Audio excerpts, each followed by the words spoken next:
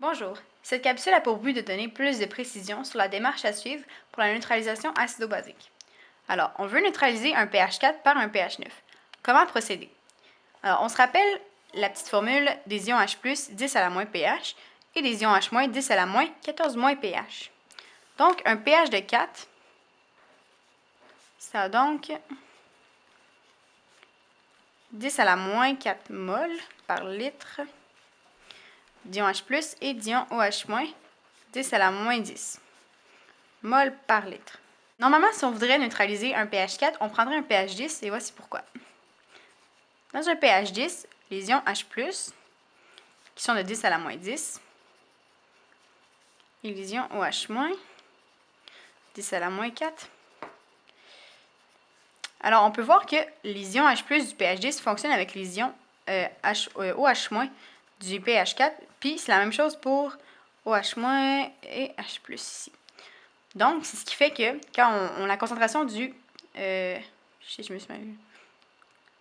OK, la concentration des ions H+ du pH 4 correspond à la concentration OH- du pH 10, ce qui fait que ça neutralise. Sauf que si on a juste un pH de 9, les ions H+, c'est 10 à la moins 9, mais les ions OH-, c'est 10 à la moins 5 mol par litre. Donc, on peut voir que ça ne correspond plus, les OH- et les H+. Il y a un facteur de 10 entre les 10 à la moins 4 et 10 à la moins 5. 10 à la moins 4 et 10 à la moins 5. Donc, il y a un facteur de 10 entre 10 à la moins 4 et 10 à la moins 5.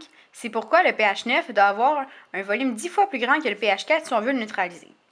Donc, si on fait un volume 10 fois plus grand, on aurait 10 à la moins 5 fois 10. 10 à la moins 5 fois 10, ça donne 10 à la moins 4. Fait qu'on se retrouverait que ça équivaudrait à la concentration en ion H- du pH 10. Donc, ça équivaudrait à ça.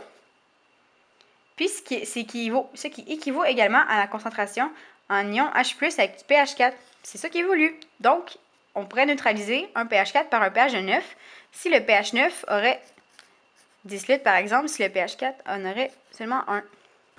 Merci.